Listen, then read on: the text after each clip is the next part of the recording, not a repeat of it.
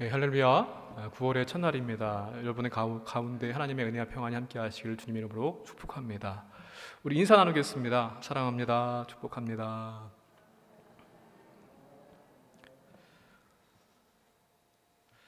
성도 여러분, 혹시 당근 마켓이라고 들어보신 분 있는지 모르겠습니다.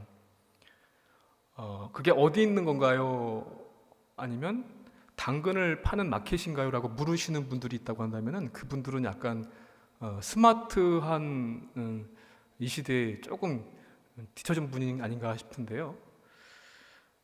개인이 가지고 있는 잘 쓰지 않는 물건들을 갖다가 팔고 사고 하는 그런 중고 물품 온라인 마켓을 의미하는 것이 당근 마켓입니다. 근데 왜 당근 마켓이냐?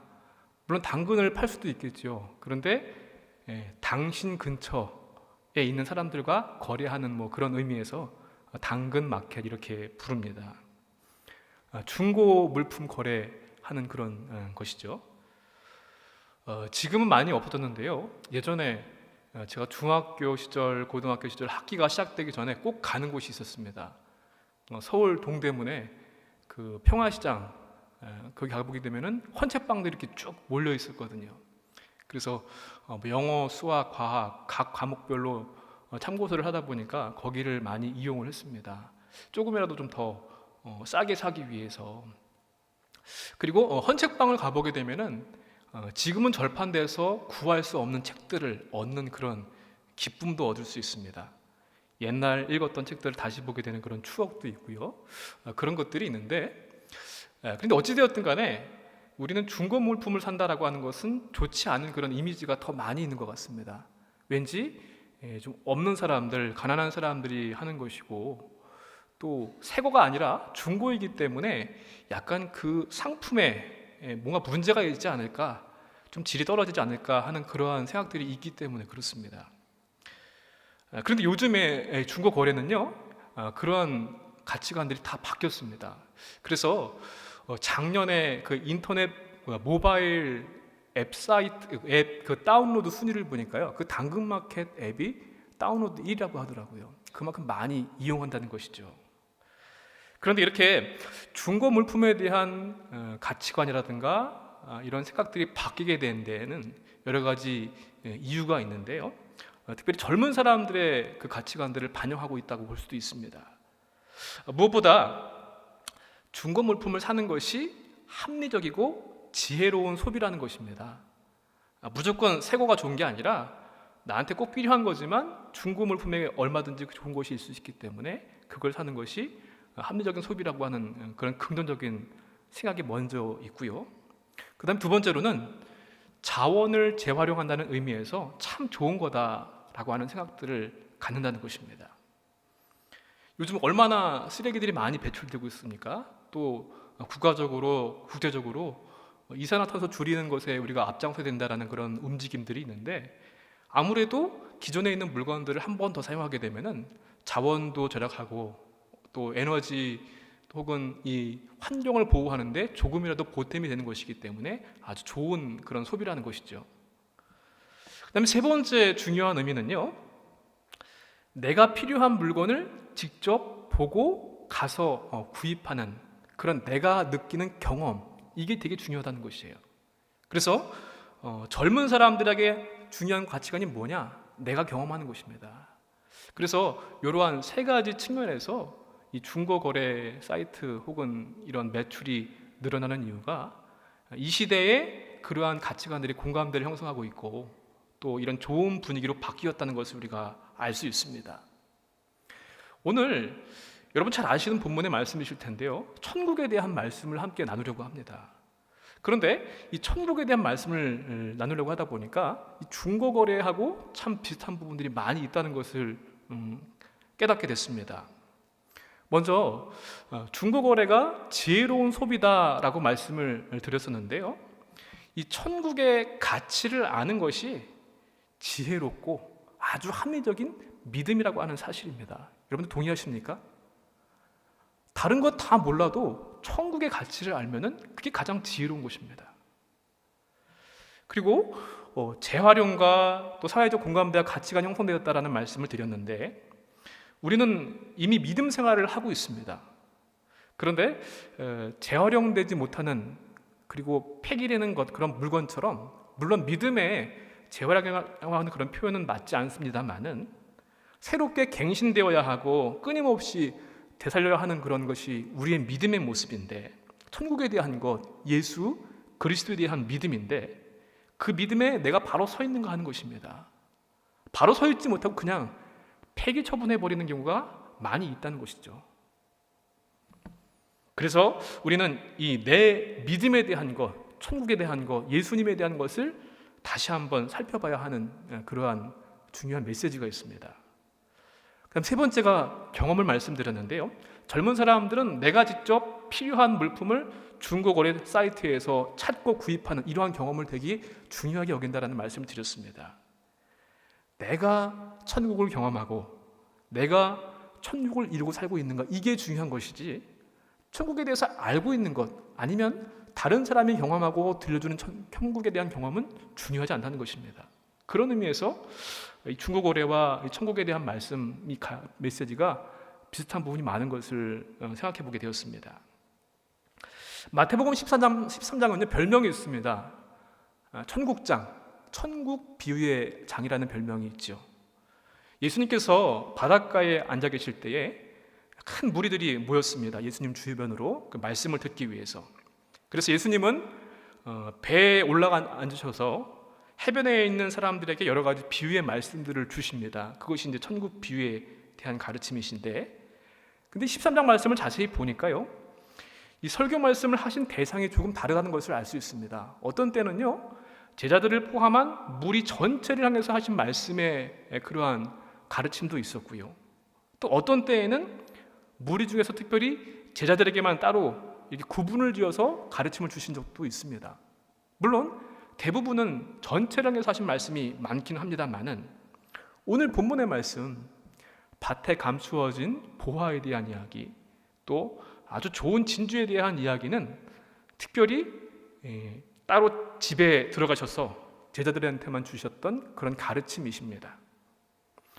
물론 예수님께서 사람을 차별하셔서 제자들 또 그 외에 다른 사람들 이렇게 구분해서 하시는 그러한 분은 아니십니다. 그렇지만 특별히 제자들에게만 말씀 주셨다고 하는 것은 예수님의 제자라고 한다면은, 우리가 믿음을 가진 성도라고 한다면은 결코 잊지 말아야 할 중요한 메시지를 주고 있다는 것은 변함없는 사실입니다. 메시지의 내용은 이것입니다. 매우 가치 있는 것이 실제로 존재한다는 것이죠. 우리가 어디 있는지는 잘 정확하게 알 수는 없지만 분명히 밭에 감추어진 보화가 어느 밭인가는 있고 아주 좋은 진주가 누군가는 가지고 있다고 하는 것입니다. 그리고 그것을 발견하게 되고 나서 돌아가서 자기의 소유를 다 팔아서 결국 그 가치 있는 것을 소유하게 되었다는 겁니다.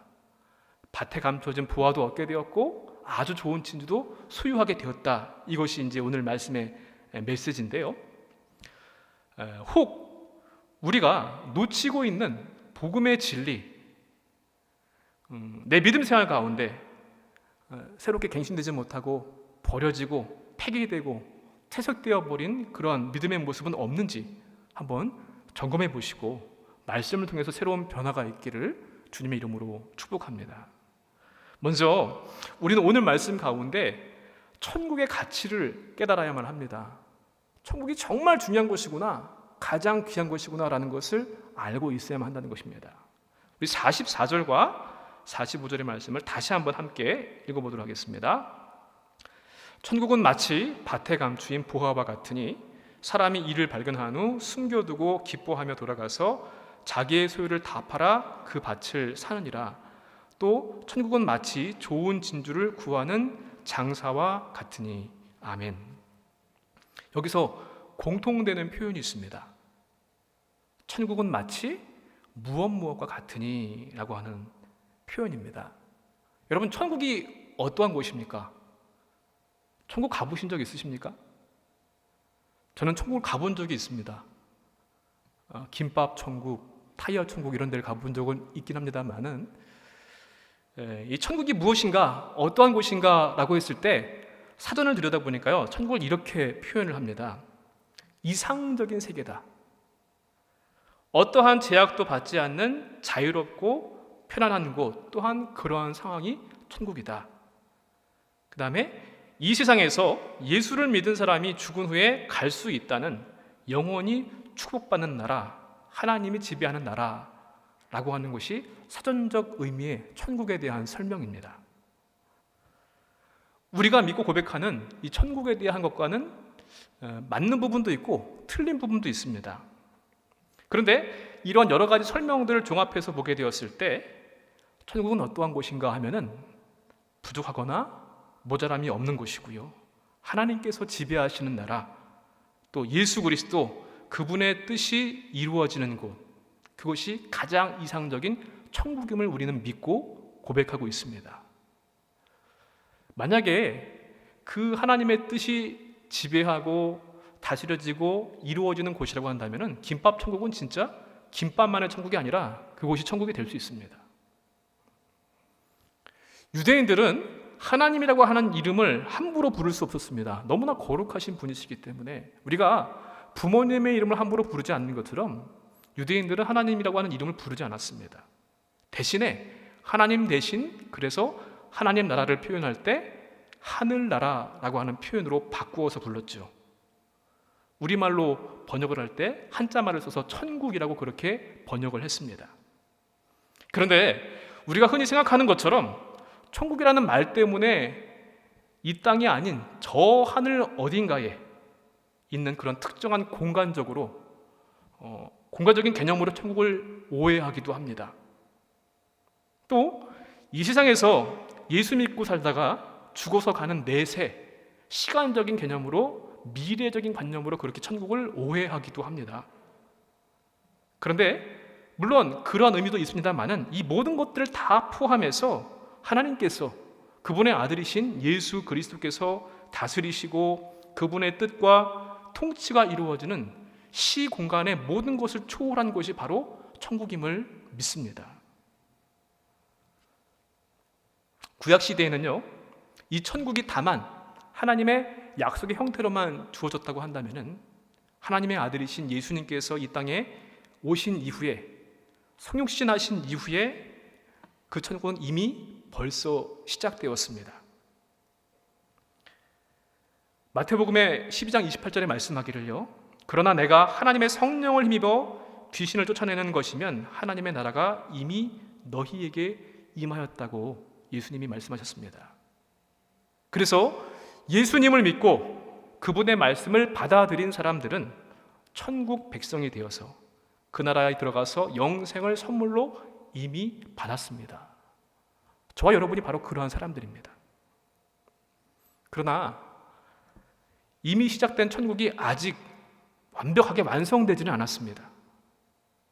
영적인 차원에서는 임했을지 모르겠지만 육적인 실현까지 이루어지는 데는 아직 시간이 좀 더 필요합니다. 예수님께서 이 땅에 다시 재림하실 그때에 비로소 이루어질 것입니다. 그것이 성경이 가르치는 천국입니다. 그래서 우리는 이것을 가리켜서 천국을 이미와 아직 사이에 있다라고 표현을 하고 우리를 그 사이에 살아가는 존재들로서 사명도 주시고 또 숙제도 주셨습니다. 자, 그러므로 그리스도인은 천국 시민으로서 그에 맞는 생활을 살아야 할 의무가 있습니다. 그래서 오늘 예수님은 천국 비유의 말씀을 통해서 그것을 가르쳐주고 계시는데요, 죽어서만 가는 천국이 아니라 지금 여기에서부터 시작되는 현재적인 천국, 하나님의 나라인 것입니다.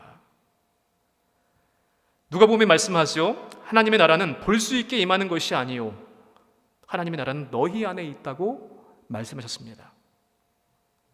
내 마음부터 하나님의 뜻과 통치가 그렇게 시작되고 그렇게 생각되어진다고 한다면 그것이 실천될 수 있도록 천국을 이루어야 하고, 내가 있는 곳에서부터 가정 천국을 이루어야 하고요, 내가 속해 있는 센터 천국을 이루어야만 하고, 내가 섬기는 교회 천국을 이루는 것, 더 나아가서 이 지역과 나라와 열방의 천국을 이루어야 하는 것, 하나님의 뜻과 다스림이 이루어질 수 있도록 하는 것, 그것이 우리가 알아야 할 천국의 가치인 것입니다.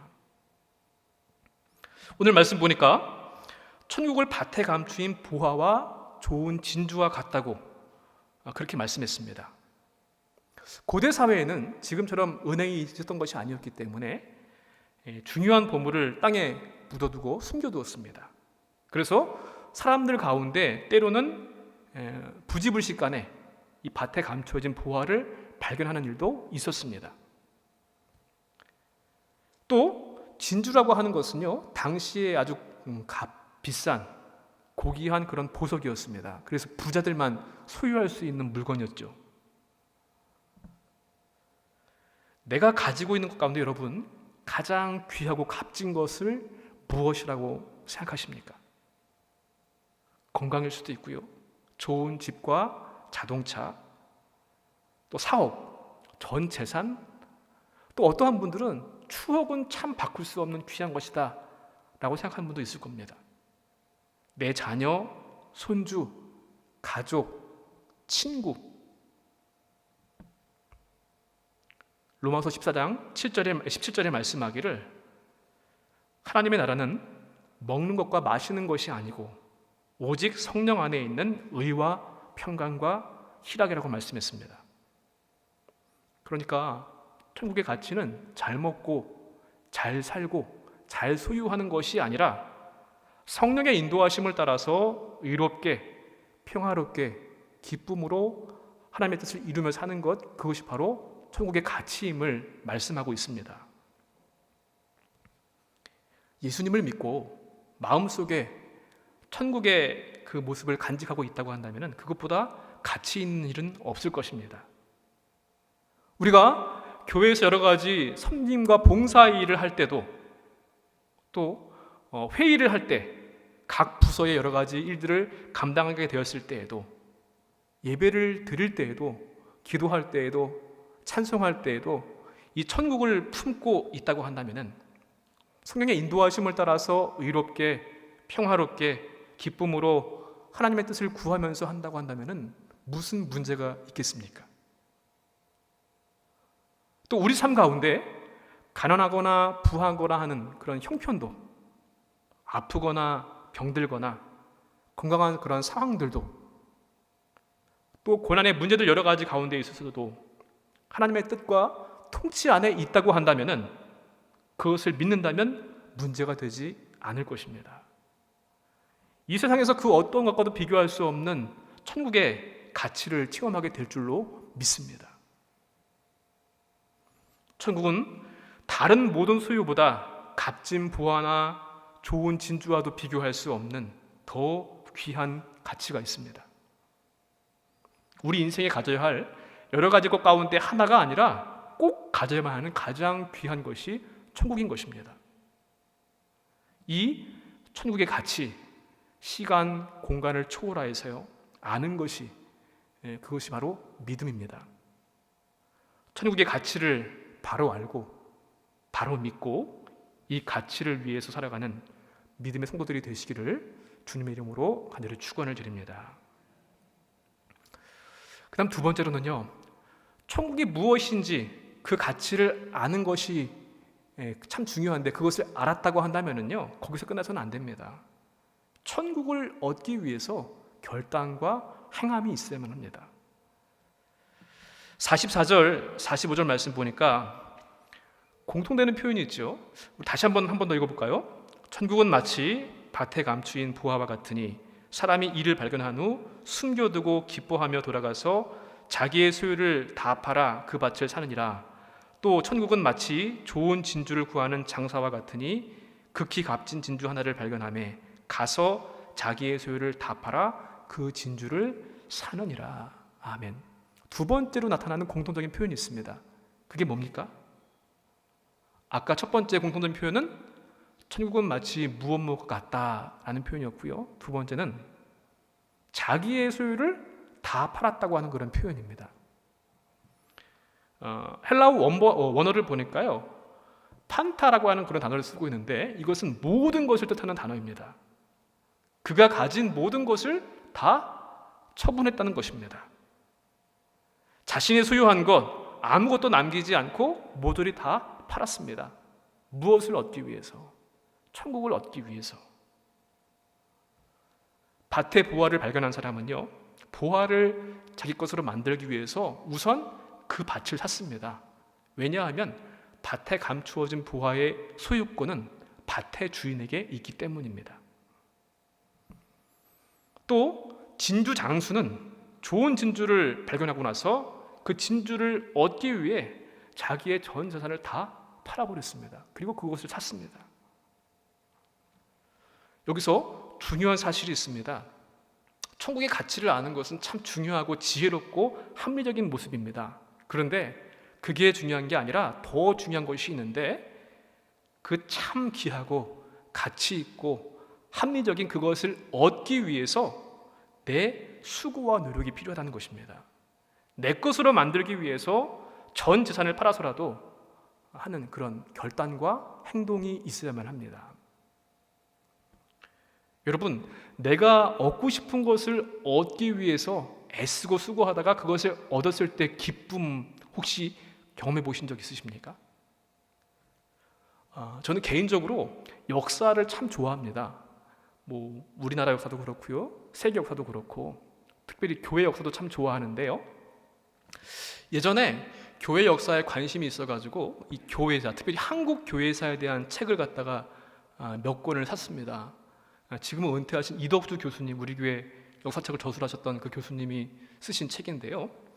한국 기독교 문화유산을 찾아서라고 하는 그런 책입니다. 한 8권이었던 것 같은데, 각 지역별로 우리나라의 그 기독교 아름다운 문화유산 이야기들, 신앙의 이야기들을 기록한 책들인데, 제가 그걸 다 하나씩 샀습니다. 읽으면서 참 재밌게 읽었는데, 근데 안타까운 것은 뭔가 하면은 그 시리즈 가운데 한 권을 사질 못했어요. 강화도, 인천 지역에 대한 그 문화유산에 대한 기록한 책인데, 그게 절판이 되어가지고 살 수가 없는 겁니다. 그래서 그때는 당근마켓이 없어가지고 인터넷 도서 그 판매하는 사이트에다가 제가 글을 남겼어요. 그 책을 꼭 구하고 싶다고. 근데 절판돼서 구할 수가 없는데 어느 날인가 문자 메시지가 왔습니다. 중고품을 팔려는 사람이 있다는 거예요. 제가 어떻게 했을까요? 그걸 보자마자 바로 그냥 그 자리에서 구입을 했습니다. 헌책이고 줄 쳐 있는 거 이거 중요하지 않습니다. 구할 수 없는 책을 구한 것이기 때문에, 그래서 그것을 받아가지고 한국 기독교 문화유산을 찾아서 시리즈 전권을 다 구입을 했는데 얼마나 마음이 뿌듯한지요. 돈, 복권 얻은 것만큼 제가 그런 경험은 없습니다만은 그거 못지않은 기쁨이 있었습니다. 가장 가치 있는 것, 그것을 발견하는 것도 참 귀한 일이고, 더 기쁘고 감사한 것은 그것을 얻었을 때입니다. 내 모든 것을 수유해서라도. 사실 그 책은 돈이 있어도 살 수 없는 책이거든요. 누가 팔지 않으면은 이제 더 이상 출판되지도 않기 때문에. 천국의 가치보다 못한 상대적인 것들을 그러기 위해서는 포기할 수 있어야만 합니다. 여러분, 사도 바울은요, 빌보서의 말씀에서 내 주 그리스도 예수를 아는 지식이 가장 고상하기 때문에 나머지 것들을 다 배설물처럼 버렸다고 그렇게 고백을 합니다. 자신의 출신, 성분, 또 신앙적인 종교적인 열심들, 이것 다 아무것도 아니라는 겁니다. 예수님을 얻는 것, 그것 말고는 나머지는 다 가치가 없다는 것이죠. 5만 번 이상 기도의 응답을 받았던 조지 밀러는 만일 예수 그리스도가 하나님이고 그가 나를 위해 죽으신 것이 사실이라면 그분을 위한 어떠한 희생도 지나친 것일 수 없습니다 라고 말씀했습니다. 어린아이들이 부르는 그 찬양 가운데요, 천국은 마치라고 하는 그런 찬양이 있습니다. 들어보신 분도 있을지 모르겠어요. 근데 그 가사가 재밌는 부분이 있습니다. 천국은 마치 밭에 감추인 부와 땅속에 묻힌 아무도 모르는 보석, 그 보석 발견한 사람은 기뻐 뛰며 집에 돌아가. 그 다음이 이 부분이에요. 집 팔고 땅 팔고 냉장고 팔아 기어이 그 밭을 사고 말 거야, 이런 가사가 있습니다. 어린아이의 입장에서 한 가사인지 모르겠습니다만은 천국을 얻기 위해서 집도 팔고 땅도 팔고 요새같이 비싼 냉장고도 팔고 하는 그러한 수고와 결단을 이야기하고 있습니다. 사랑하는 성도 여러분, 예수 그리스도의 복음을 발견한 사람은요, 예수 그리스도를 위해서 전적으로 헌신하고 투자합니다. 그것을 얻는 기쁨을 알고 있기 때문에, 믿고 있기 때문에. 그래서 그리스도인은 천국을 발견하고 뿐만 아니라 소유한 사람인 것입니다. 어떠한 것과도 비교할 수 없는, 절대 상대 가치는 버리고 포기하는 것, 여러분 그 기쁨을 누리고 살고 있습니까? 천국을 얻기 위해서 다른 것들을 포기한 희생과 헌신이 있습니까? 그렇다고 직장, 학교 다 팽개치라는 말은 아닙니다. 내게 주신 달란트, 내게 주신 환경 가운데에서 그것을 통해서 하나님께 영광을 돌릴 수 있는 그런 삶을 살기 위해서 애쓰고 힘쓰는 것, 노력하는 것, 그게 바로 나머지 것들을 버리고 헌신하는 결단과 그런 행동입니다. 그런데 세상 사람들은요, 천국을 팔아서라도 자기가 소유하고 싶은 것을 얻고 하는 것이 세상의 가치관입니다. 혹시 나도 그 세상 사람들처럼 세상을 천국으로 여기고 살고 있지는 않은지 한번 돌이켜 보시기 바랍니다. 이 귀한 천국을 얻기 위해서, 천국을 이루고 만들기 위해서 노력하고 애쓰는, 내 모든 소유를 다 팔 수 있는 그런 밭을 소유한 사람, 진주를 구한 사람과 같은 그런 믿음을 소유하시는 저와 여러분 되시기를 주님의 이름으로 간절히 축원을 드립니다. 마지막으로 중요한 것은요, 우리가 그 가치를 알았고요, 그것을 내 것으로 만들고 소유했습니다. 거기서 끝이 아니라요, 계속해서 천국을 만들어 가야만 합니다.